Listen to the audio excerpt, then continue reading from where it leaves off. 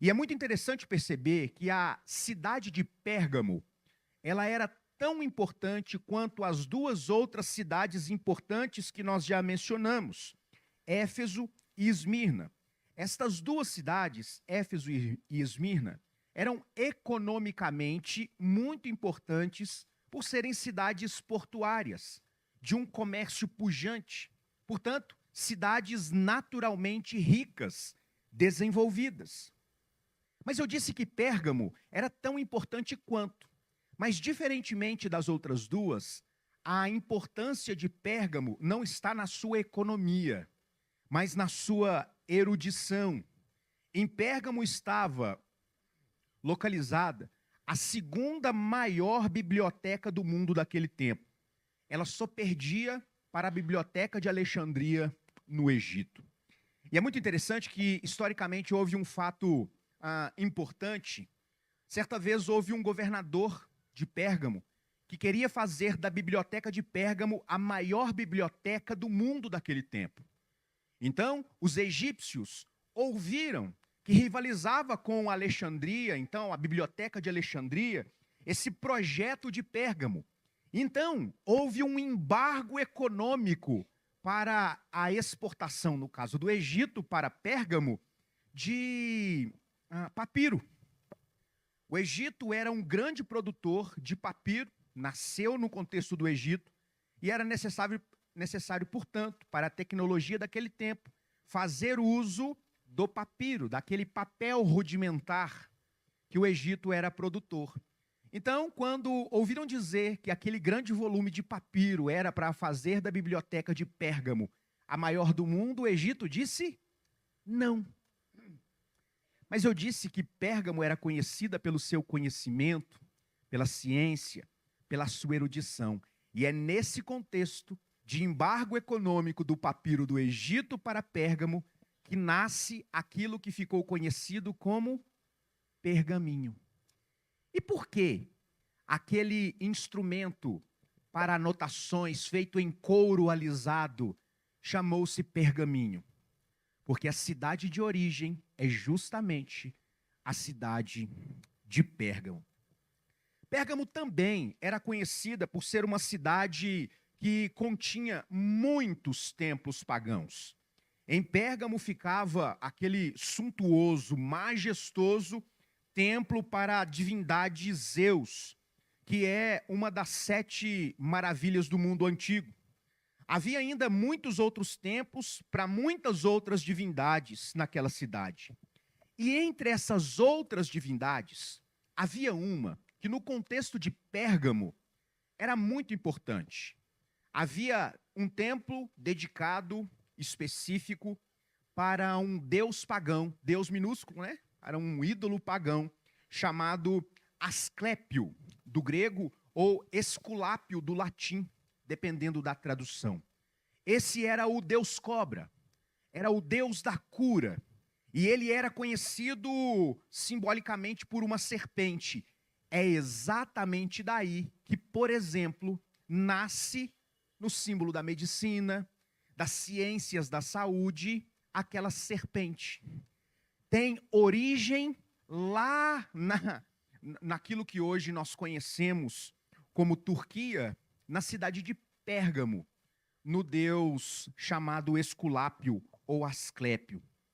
Em Pérgamo, a ciência e o misticismo, elas andavam de mãos dadas. Era quase impossível separar as duas coisas. Em Pérgamo foi construído, por exemplo, o primeiro templo para adoração de um imperador romano ainda vivo.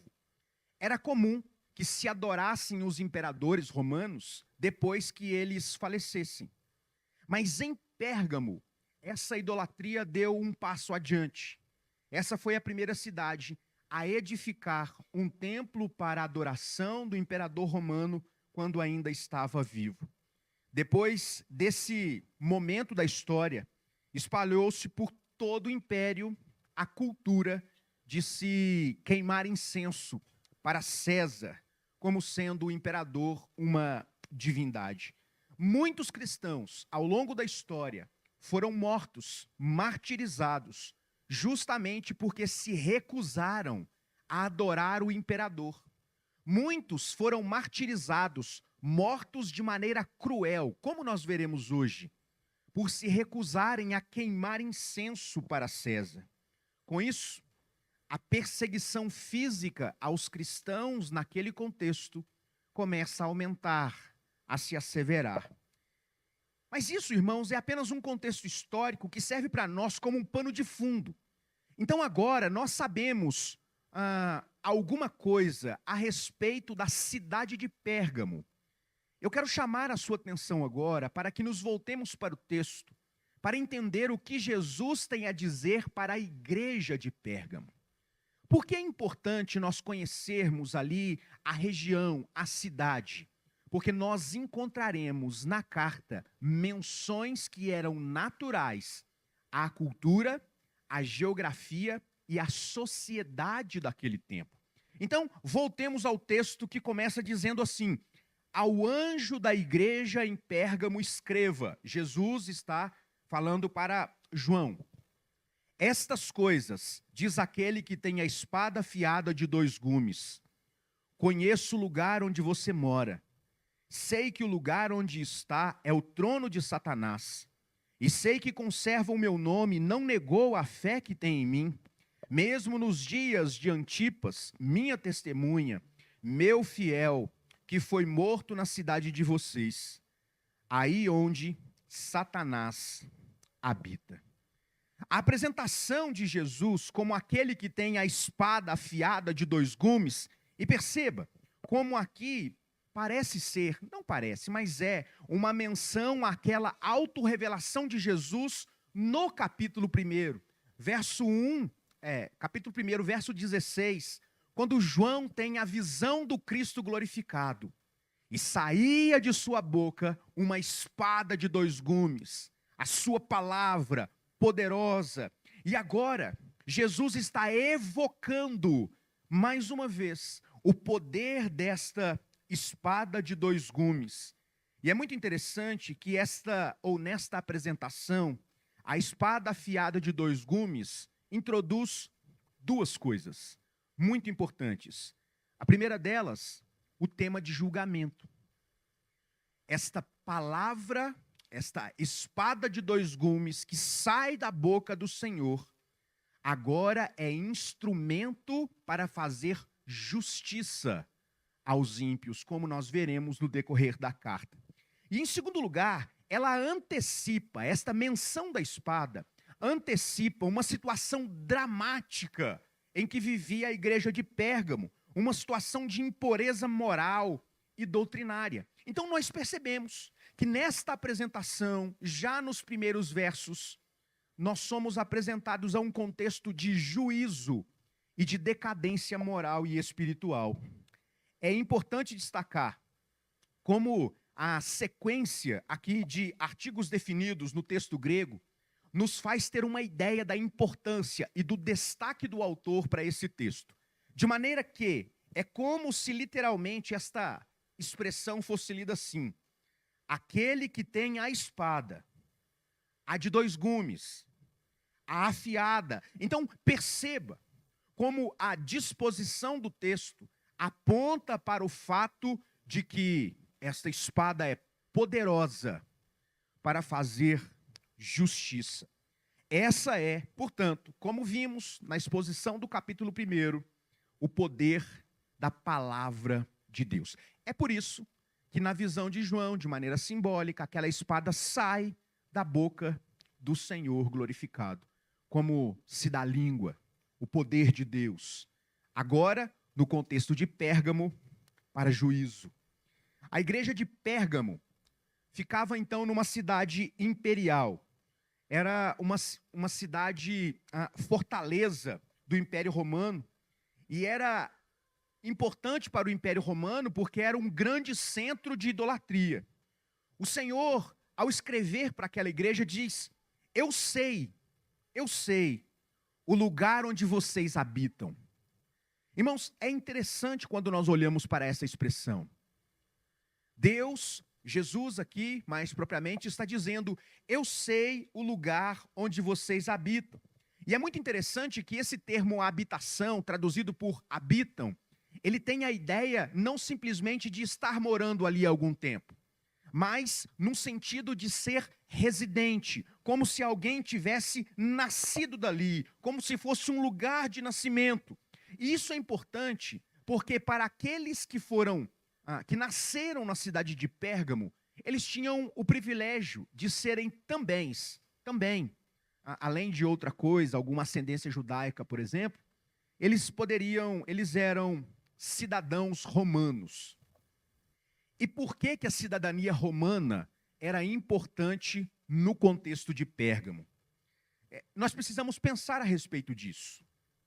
Era importante porque a cidadania romana tinha como privilégio, ainda que culpado e fosse condenado, a impossibilidade de um romano morrer mediante tortura. Portanto, um cidadão romano, ainda que malfeitor e condenado à morte, por exemplo, ele nunca seria torturado. Ele nunca, por exemplo, sofreria uma morte de cruz, se fosse um cidadão romano. Porém, no caso da igreja, nós encontramos aqui um fator complicador. Como diria o filósofo da Marvel, tio Ben, com grandes poderes, vem consigo grandes responsabilidades.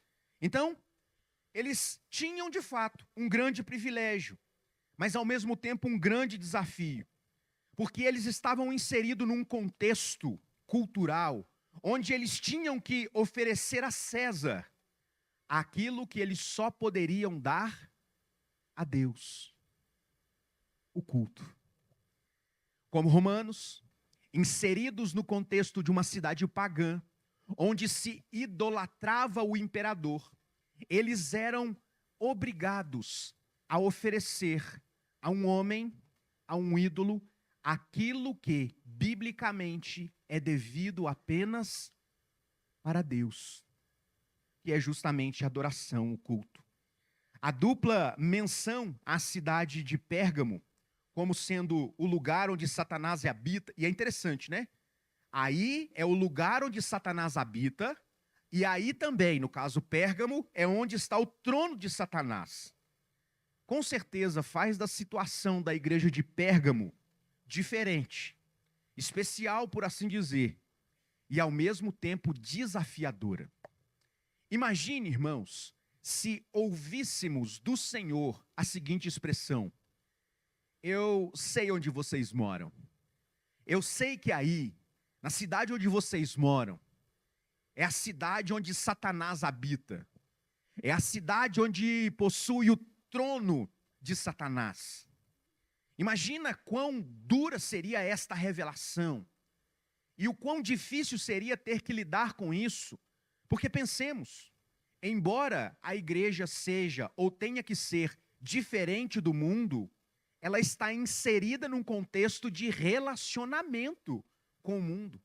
E como lidar com esse conflito de tensões, com este conflito de cosmovisões?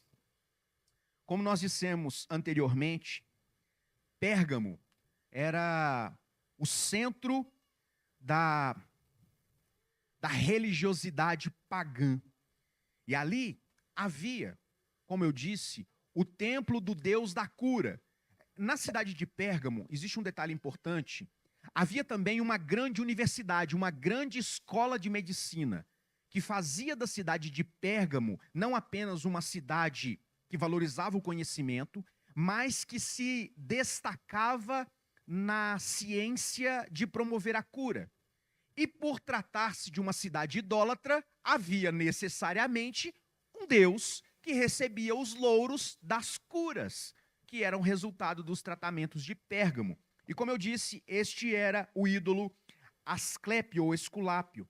Mas eu fico pensando, irmãos, que Esculápio não parece ser assim um nome tão forte para receber esse adjetivo como sendo o responsável por ser a cidade onde Satanás habita. Existiam, sim, outras pseudodivindades tão ou muito mais importantes do que Asclépio ou Esculápio. E eu fico pensando que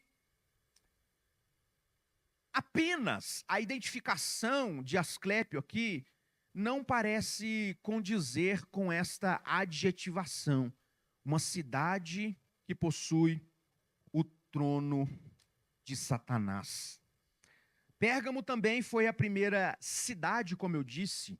Portanto, nós estamos aqui descartando a hipótese de Pérgamo ser a cidade onde Satanás habita e onde havia o trono de Satanás em relação à menção do deus Asclépio. Nós estamos descartando essa hipótese. Um outro fator importante também é que, num lugar de destaque, bem... num lugar muito específico, na acrópole da cidade, havia um monumento de 300 metros. E ali havia, então, o lugar, o santuário, a imagem do deus Asclépio, que recebia adoração. Em que pese esse destaque, eu imagino que ainda a cidade onde Satanás habita e o trono de Satanás é muito para Asclépio. Então, nós nos lembramos de uma informação que eu já passei, que é justamente o fato de Pérgamo ser a primeira cidade da Ásia a estabelecer o culto provincial ao imperador. Isso aconteceu no ano 29 a.C., e nesse contexto era o imperador Augusto que governava Roma. Provavelmente, na minha opinião, isso é o que fazia a cidade ser, segundo João, a cidade onde há o trono de Satanás. E é muito interessante perceber como, na sequência, João vai fazer menção a um mártir muito específico, um homem chamado Antipas. E esse homem é chamado por Jesus como sendo minha testemunha, meu fiel, o que reforça a ideia de que se você se opor à adoração ao imperador, você será morto. Você sofrerá as consequências da sua fidelidade. De maneira que, numa cidade imperial, recusar-se a adorar o imperador, o governante de todo o Império Romano, seria tratado como traição. E a punição seria uma morte exemplar. E apenas para título de curiosidade e informação, Antipas, segundo a tradição, teria sido morto, cozido, dentro de um touro de bronze. Eu não sei quantos já viram esta forma macabra de assassinar as pessoas nos tempos antigos, mas eu coloquei uma ilustração no nosso resumo que já está disponível lá no WhatsApp. As pessoas eram inseridas dentro de um touro de bronze. Esse touro era fechado por fora e ele era aquecido no seu ventre, de maneira que havia tipo um sinete na garganta para a boca, de maneira que na medida que o bronze ia aquecendo, a pessoa ia sendo queimada, cozida, assada, e o vapor da pessoa que estava sendo assim morta dentro do touro saía pela boca e apitava nessa cornetinha que ficava. Segundo a tradição, assim morreu Antipas, esse que Jesus chama de a testemunha fiel, alguém que nós devemos imitar por sua fidelidade. Aquilo que foi prenunciado aos cristãos de Esmirna em nossa última exposição, ou seja, as prisões, a perseguição, agora parece ser uma realidade na cidade de Pérgamo. Tanto que Jesus vai apontar para um exemplo específico. Se no caso de Esmirna, em breve eles sofreriam perseguição e prisão, no caso de Pérgamo, já havia um exemplo concreto de alguém que, ao que tudo indica pelo contexto, morreu martirizado por ser fiel a Deus e não se curvar àquela cultura idólatra. Antipas é a única pessoa que recebe um nome próprio no Apocalipse, além de João, é claro. Isso faz dele alguém extremamente interessante. Ele é o único Marte que nós temos conhecimento no livro. E isso, muito possivelmente, reforça a ideia de que o martírio era uma possibilidade apenas para aqueles que, de fato, decidiam firmemente não se contaminar, não se dobrar ao paganismo, à idolatria e a toda a promiscuidade sexual que havia naquele contexto. E quando nós olhamos para apenas o registro de um mártir, nós conseguimos constatar qual era de fato o estado moral da igreja de Pérgamo. Não se tratava de muitas pessoas que resistiram e foram mortas. Existe a menção de uma pessoa, que foi um testemunho fiel de Jesus. Isso aponta para uma outra implicação. Se não eram tantas pessoas assim que estavam morrendo por causa da fidelidade ao Evangelho, a igreja de Pérgamo havia se contaminado com o mundo à sua volta. Se eles não entrassem em conflito direto com Roma, eles provavelmente não sofreriam grandes consequências, como foi no caso de Antipas. No entanto, essa atitude de conformismo que é condenado está em oposição à de Antipas, que foi destacada. Ele é o cristão que recebe o destaque aqui na carta de Pérgamo. Não apenas a menção do seu nome, mas essencialmente os termos que Jesus usa para descrevê-lo, requer a nossa atenção. Ele é a minha testemunha fiel. Literalmente, Antipas, a minha testemunha, do grego, martirel, mártir, é meu fiel.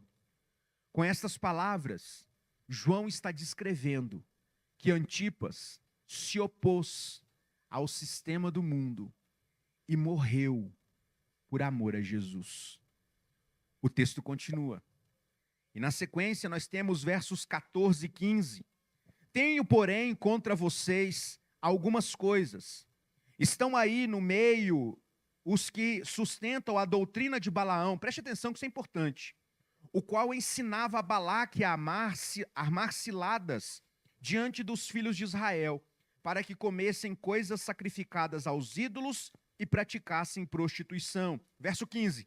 Além disso, estão também aí no meio os que seguem a doutrina dos nicolaítas. Irmãos, tem muito problema inserido dentro da igreja de Pérgamo.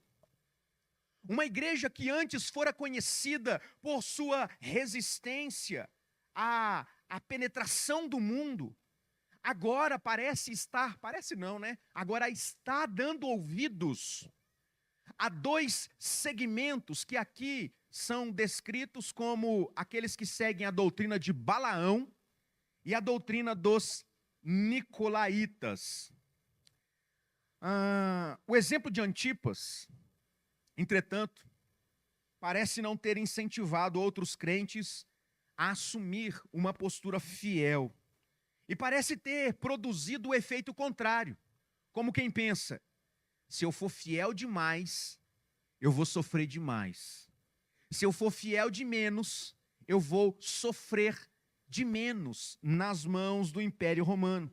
Então, muito provavelmente, o medo de ter que enfrentar um destino tão cruel como foi o de Antipas, por causa da perseguição do imperador e do Império Romano, porque crimes de traição eram punidos exemplarmente, os cristãos de Pérgamo seguiram o caminho alternativo que era oferecido pelos falsos mestres. Irmãos, guardem uma coisa no coração, informação importante. Em todas as eras da igreja, sempre houve aqueles que pregavam atalhos. A gente acha que a teologia coach, que o liberalismo teológico é coisa exclusivamente dos nossos dias. Mas quando nós olhamos para a palavra de Deus com um pouquinho assim de atenção, nós perceberemos que sempre houve na história da igreja falsos mestres, falsos profetas, que, ao contrário de pregar a renúncia, a cruz, pregavam facilidades, atalhos, a mistura, para que não haja o sofrimento de termos que morrer para nós mesmos todos os dias.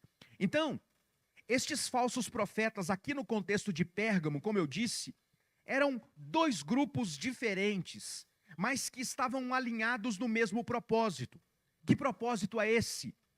Pregar um outro evangelho, viver uma outra experiência religiosa. Dois grupos de falsos mestres são citados, e é muito interessante que isso parece apontar para duas alternativas de desvio. Então veja, você está indo no caminho do evangelho. Então você acha que o evangelho está duro demais. No contexto da igreja de Pérgamo, haviam falsos profetas que ofereciam duas outras possibilidades. Você pode se desviar seguindo os conselhos de Balaão, ou você pode se desviar seguindo o estilo de vida meio agnóstico pagão dos nicolaítas. E é muito interessante que este parece ser os caminhos que estavam sendo escolhidos pelos crentes de Pérgamo para evitar o martírio. E desses dois caminhos, o primeiro é o mais fácil de ser identificado, porque ele defendia uma integração sem peso de consciência com a vida social de Pérgamo. E aí, para usar essa integração, a ideia aqui, a igreja está tão comprometida com o mundo que já não há mais peso na consciência em viver uma vida pagã. É quando, irmãos, é quando a igreja não apenas peca, mas justifica o seu pecado. É quando parece não haver mais um incômodo na consciência e as pessoas decidem viver deliberadamente tão mundanas quanto elas podem ser. E a esse estilo ou a essa doutrina, João vai comparar a doutrina de Balaão e de Balaque. Os irmãos, todo mundo aqui frequenta a escola dominical, não sei você que nos acompanha, deixa eu fazer uma propaganda aqui, ó. Todo domingo, às 9 horas da manhã, escola bíblica dominical, aqui na igreja. Vocês que frequentam a escola bíblica dominical, já ouviram falar de Balaão, de Balaque, que é descrita lá no livro de Números, capítulo 22, vai até o capítulo 25. Balaão deseja armar uma cilada contra o povo de Deus. E ele contrata então Balaque. Não, na verdade é o contrário. Balaque vai contratar Balaão. Balaque era o rei e ele vai contratar o profeta Balaão para ir e praguejar o povo de Deus. E aí, quando Balaão vai fazer isso, por uma intervenção divina, ao invés de amaldiçoar, ele abençoa. E ele volta e diz para o rei, mas não está funcionando. Eu tento, mas não dá certo. Eu tento contrapor, mas não funciona. E aí então surge outra estratégia. Vamos armar uma arapuca para eles. O que eles fizeram? Vamos arrumar umas prostitutas lindíssimas. E vamos jogar como minhoca no anzol, no aquário. De maneira que eles seriam seduzidos por essas mulheres.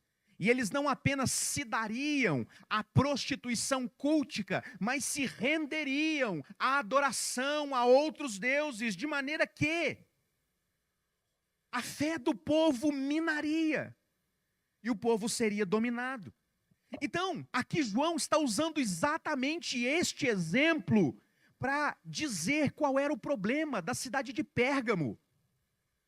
Eles estavam tão comprometidos com a vida sociocultural de Pérgamo, que não se deram conta que já não faziam mais diferença onde eles estavam. Esta é a doutrina de Balaão.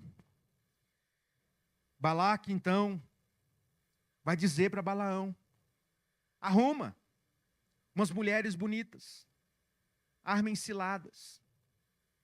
E o povo se rende.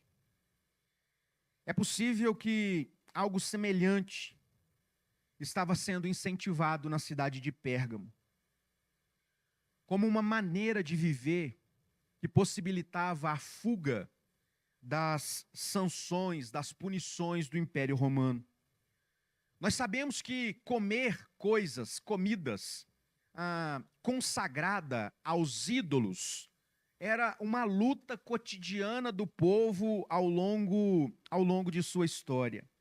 E é muito interessante como esse foi sempre um teste para os cristãos. O apóstolo Paulo vai tratar dessas coisas quando escreve para os crentes de Roma, quando escreve para os crentes de Corinto. E em alguns momentos da história, sem quaisquer escrúpulos, as pessoas se rendiam. E percebo, não apenas a se entregarem a esta maneira de se alimentar, mas com isso, eles se entregavam a rituais que envolviam, entre outras coisas, mais uma vez, prostituição cultica, orgias sexuais, prostituição. Não sabemos se os falsos mestres de Pérgamo incentivavam essas coisas, mas é possível deduzir que eles incentivavam a acomodação cultural. Eu não posso dizer que era exatamente este o problema. Nós estamos inferindo isso em função do exemplo, a doutrina de Balaão, do problema de Balaque, Balaão e o povo. Mas uma coisa é certa, estes falsos mestres estavam incentivando o povo a se acomodarem, a tomarem a forma da cultura. Provavelmente, agnósticos, que ensinavam ali uma espécie de separação entre alma e corpo, matéria e espírito. E talvez assim dissesse que ao participar destas festas, uma atitude carnal, embora carnal, isso não tinha o poder de afetar o espírito. É citado também no texto, de novo, os nicolaítas. Se por um lado, a igreja anterior rejeita os nicolaítas, se eu não me engano é Éfeso. Por outro, a igreja de Pérgamo parece dar ouvidos a estes nicolaítas. É isso mesmo. Eles foram rejeitados por Éfeso, mas foram recebidos pela igreja de Pérgamo. E a declaração também aí, no seu meio, vocês seguem, existem alguns que seguem a doutrina dos nicolaítas. Existe alguma similaridade entre os dois grupos? Talvez pudéssemos afirmar que os nicolaítas fossem um grupo mais bem organizado, porque a gente percebe que eles estão inseridos não apenas em uma igreja, mas de maneira mais regional. Parece que eles têm até uma nomenclatura, porque nós sabemos que a doutrina de Balaão aqui foi um exemplo usado do Antigo Testamento. Mas os nicolaítas não. Parece ser mesmo o nome de um grupo que tem uma maneira de viver e uma maneira de pensar. E embora tenham aspectos diferentes na maneira de agir, eles estão comprometidos com o mesmo propósito. E é muito interessante como os crentes de Pérgamo estavam dando ouvidos a estes dois grupos. De qualquer forma, eles tinham algo em comum, que era deixar os crentes, ou oferecer aos crentes de Pérgamo uma alternativa ao difícil evangelho puro e simples. A cruz parece ter sido difícil demais para os crentes de Pérgamo. E o nosso texto caminha para o final, versos 16 e 17, que dizem assim: portanto, ou seja, nós estamos diante de uma conclusão. Arrependa-se, Jesus está dizendo. Se não, ameaça, irei aí sem demora e lutarei contra eles com a minha espada na minha boca. Quem tem ouvidos, ouça o que o Espírito diz às igrejas. Ao vencedor darei do maná escondido. Também lhe darei uma pedrinha branca e sobre essa pedrinha, um novo nome escrito, o qual ninguém conhece, exceto aquele que recebe. Meus irmãos, diante dessa situação, só o arrependimento sincero por parte daqueles crentes solucionaria o problema deles, espiritualmente falando. Antipas não se deixou enganar por estas ofertas mundanas. E agora eles teriam que fazer uma escolha na sua caminhada. Ou vocês decidem ser fiéis a Jesus e arcam com as consequências de enfrentar Roma, ou decidem ser fiéis a Roma e se virem para enfrentar Jesus. Porque o texto diz que ele virá com a sua espada para pelejar contra estes rebeldes. Então percebam, irmãos, que aqui os crentes estão sendo informados da necessidade de um posicionamento. Fugir do evangelho para não sofrer as consequências do mundo é também uma escolha de ter que enfrentar Jesus. Não mais como um cordeiro passivo, pacífico, sacrifício, mas como um leão poderoso, que vai promover reto juízo. No retorno de Cristo, ele é descrito como aquele que destrói os seus inimigos com a espada que sai da sua boca. Essa é a descrição de João, lá no capítulo 19, verso 21. Portanto, a ausência de arrependimento colocaria aqueles cristãos do mesmo lado dos adversários de Deus. Perceba, irmãos, perceba.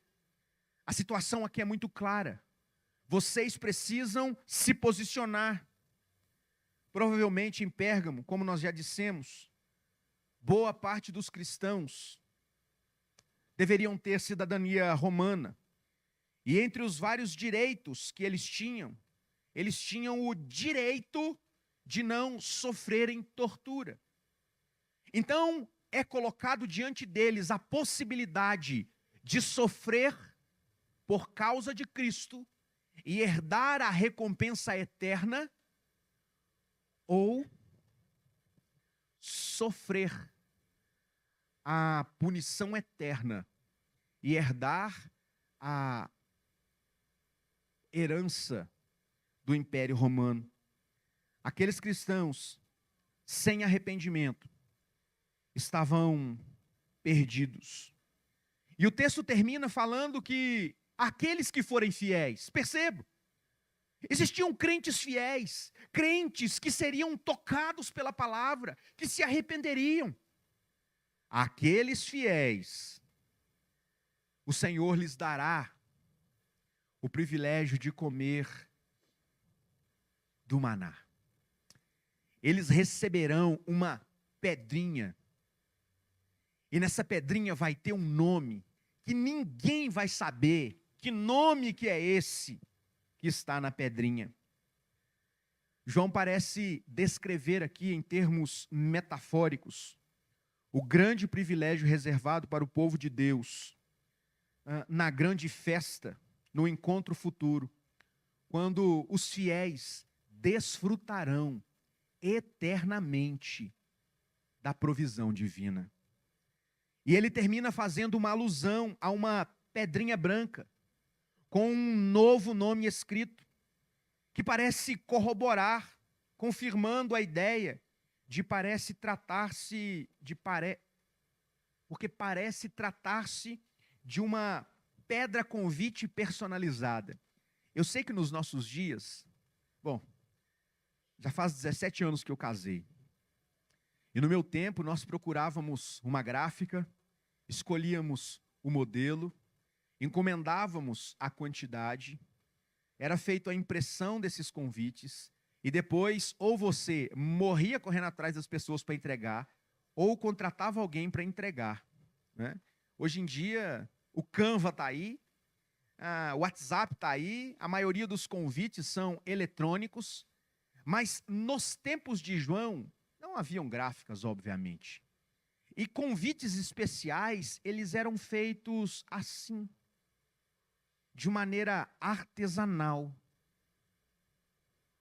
pessoal, como pedras que eram adornadas com nomes para determinadas festas. E é muito interessante perceber como João está evocando essa ideia para dizer que os vencedores, que estarão com Cristo, que herdarão da providência eterna do Senhor, receberão esta carta convite ou esta pedra convite, e nela constará um nome que ninguém sabe, um novo nome que ninguém sabe.